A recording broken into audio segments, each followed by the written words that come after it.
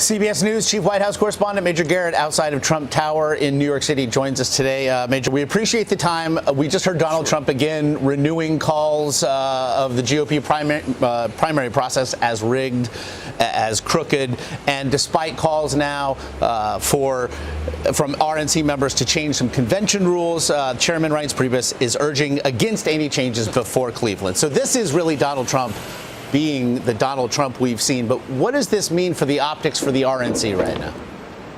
So what you have is a story with one leader of the Republican Party, emerging leader of the Republican Party, Donald Trump, who is facing forces arrayed against him that are better organized and better funded than ever before. The anti-Trump forces. They have many different members and many different motives and many different perspectives, but they are beginning to coalesce against Trump just at the time when he's trying to win this nomination outright. So it is a perilous time for Trump in that he's got to win the majority of delegates, 1,237, or this nomination could slip through his fingers because of the things that he's complaining about, rules and the procedures for delegates, their loyalty, and how the Republican convention might ultimately render a verdict on who the nominee is going to be.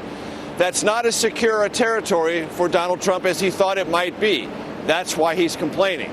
Now, you asked a question, Josh, about this very obscure Republican National Committee Rules Committee gathering later this week in Florida. I guarantee you, no one ever imagined 6 months ago anyone would care about this meeting because it is in every way obscure and historically unimportant. It's now important because every rule decision made about this July convention could affect Ted Cruz, John Kasich, and Donald Trump, or a so-called white knight who may come in as a compromise choice as the new Republican nominee. But Reince Priebus, the chairman of the party, said to this Rules Committee via email last week, don't change anything. We have enough confusion. We have enough argumentation. We have enough loose ends. Let's just leave things as they are, and we can render a different verdict, come to another judgment on the rules in July once the convention and all the party delegates meet. So that's sort of where we are. As for the optics of the Republican National Committee, it's trying to defend the rules it created. The Trump supporters are coming to despise those rules. Ted Cruz and his supporters are embracing them because they're using them to their advantage.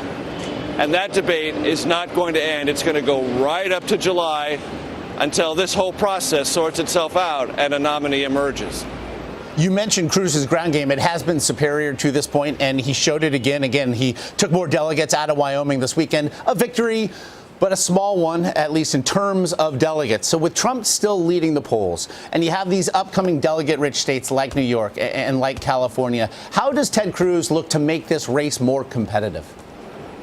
Well, one of the ways that Ted Cruz does that is by saying, look, folks, if you're undecided about Trump or you're wondering about my campaign, if you're still one of those very few Republicans on the fence in this whole race, I can win or I can deny Trump the nomination, then win at the convention when it's contested because I'm doing all the things that are about fundamentals of this process. I've taken the time to learn the process. I've made the contacts at the local, congressional district, statewide level among conservatives and activists who think like you, who care about the future of the party. And I'm working that system. It's not a corrupt system as far as Ted Cruz is concerned.